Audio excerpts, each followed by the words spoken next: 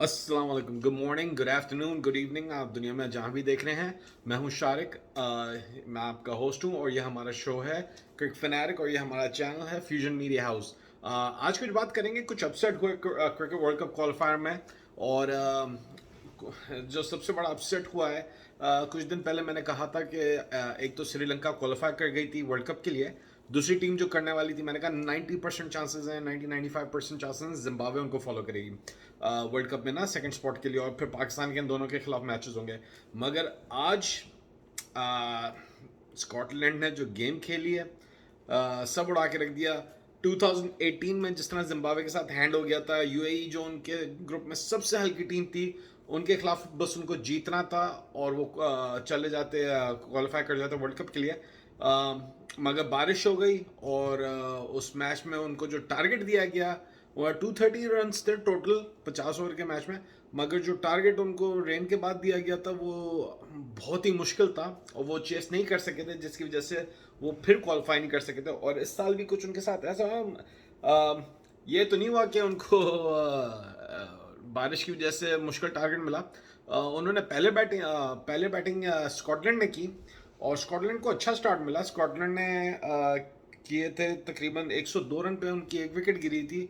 उसके बाद अच्छा खासा क्लैप्स जिम्बाब्वे ने उनका कर दिया था, 170 for 7 था एक वक्त में।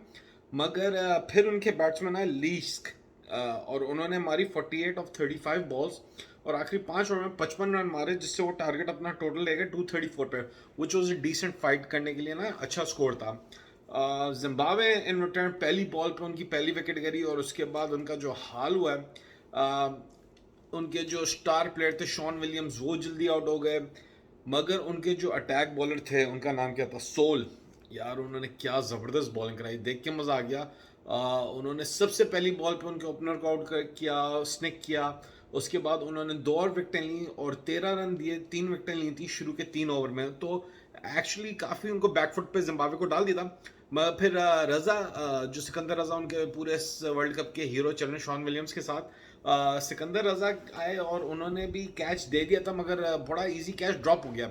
जिसके बाद उन्होंने 34 की और रायन बर्ल जो इनके लोअर ऑर्डर बैट्समैन है मगर आजकल काफ़ी अच्छी बैटिंग भी कर रहे हैं, उनका साथ दिया और रायन बर्ल ने एंड में स्कोर किया है 83 रन की 84 बॉलों पे। और आखिरी में यही एक लड़ रहे थे और अफसोस की बात है कि वो भी कैच आउट हो गए और जिम्बाब्वे चेस नहीं कर सकी स्कोर। 203 रन के उन्होंने कुल मिला के और उनकी सारी उम्मीदों पे पानी फिर गया।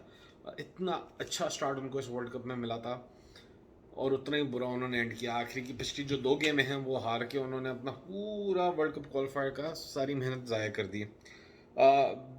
अफसोस होता है सिकंदर रज़ा के लिए भी कि और शॉन विलियम्स पूरी टीम के लिए। और वहाँ के लोग बड़े जोश और खरोश में देखते हैं जिम्बाब्वे के जो है ना, तो मज़ा आ रहा था देख के। मगर अब वो निकल गए बेचारे। तो कल मैच होगा स्कॉटलैंड और नेदरलैंड का, इनमें से जो टीम जीतेगी वो एडवांस कर जाएगी वर्ल्ड कप के लिए। और इनका सिनारियो कुछ ऐसा है कि स्कॉटलैंड को सिर्फ मैच जीतना है और वो क्वालिफाई कर जाएंगे।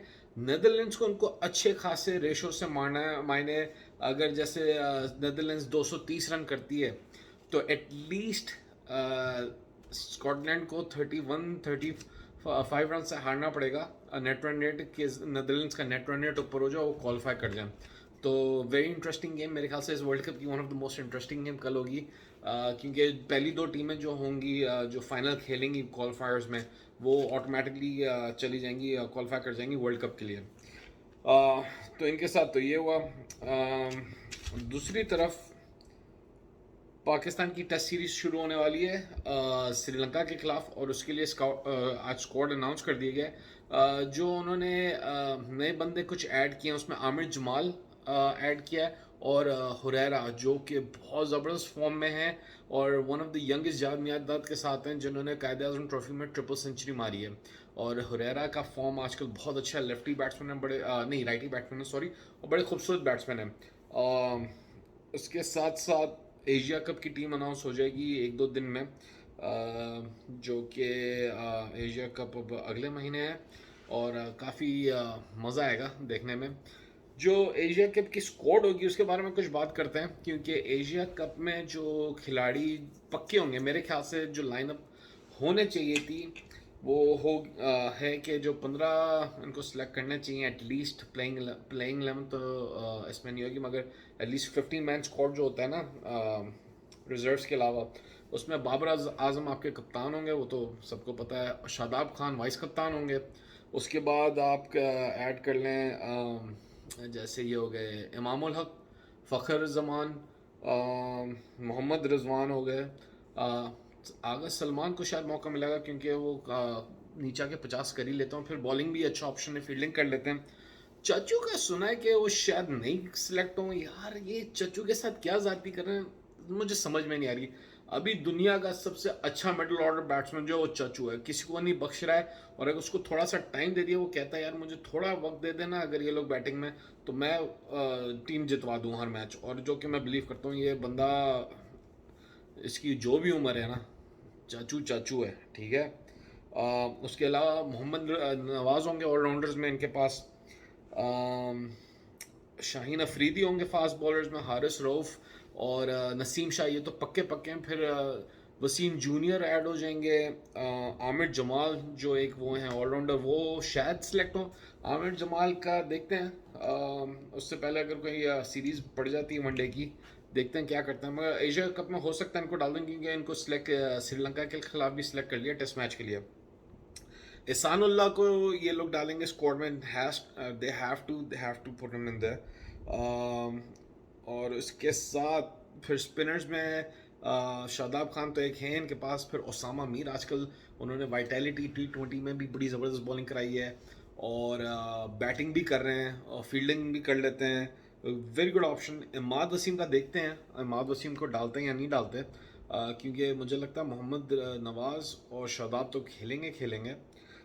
दूसरी तरफ एक पर्ची जो खेलती है हर सीरीज़ में, भले वो डिज़र्व करे ना करे, वो है शान मसूद की। आई मीन टेस्ट मैच में तो चलो सही है, चलता है, उसको अगर रिजर्व में बिठा दें, मगर ODI और T20 में यार बड़ा ही अजीब बात है। विकेट कीपर में बैकअप में अब सवाल है, ये लोग मोहम्मद हारिस को लेके जाएंगे या सरफराज अहमद को। कुछ रिसेंट फॉर्म पे सरफराज को टेस्ट मैच में खिलाया था तो उसने बड़ा अच्छा परफॉर्म किया। मोहम्मद हारिस एक अग्रेसिव बैट्समैन ऑफ फ्यूचर है सरफराज का इतना कुछ साल नहीं बचे खेलने के लिए, तो मैं नहीं जानता। एक बंदा जिसको ये लोग नहीं डालेंगे टीम में मगर डालना ज़रूरी था, वो था शोएब मलिक। शोएब मलिक की ये मेरे ख्याल से तीसरा डेकेड है जब वो क्रिकेट खेल रहा है, और मगर यार स्पिन इंडिया में खेल रहे हैं और आप उसको वर्ल्ड कप में ना खिलाएं, ये ज़ाती होगी। वर्ल्ड कप के लिए इसको जाना चाहिए था इंडिया। अगर अभी एशिया के कप की बात कर रहे हैं, एशिया में भी इसको खेलना चाहिए, कहीं भी एशिया में खेलता है, मिडल ईस्ट में खेलता ना। हाँ, ऑस्ट्रेलिया में खेल रहा होता, किसी अच्छे बॉलिंग साउथ अफ्रीका में होता तो मैं कहता हाँ यार नहीं, क्योंकि वो शायद ना कर सकता। पर स्पिनर्स जहाँ होंगे ज़्यादातर, उधर आप शोएब मलिक को ना लेके जाएं, ये थोड़ी ज़ाती की बात है। अम, आज के लिए यही बातें करते हैं, इंशाल्लाह फिर अगला शो करेंगे। कल करेंगे इंशाल्लाह अगला शो, उसमें मेजर लीग क्रिकेट टीम की जो नाइट राइडर्स हैं उनकी टीम की बात करेंगे हम लोग। करीब आ गया, एक हफ्ता रह गया मेरे ख्याल से शुरू होने में, तो काफ़ी एक्साइटमेंट यहाँ चल रही है।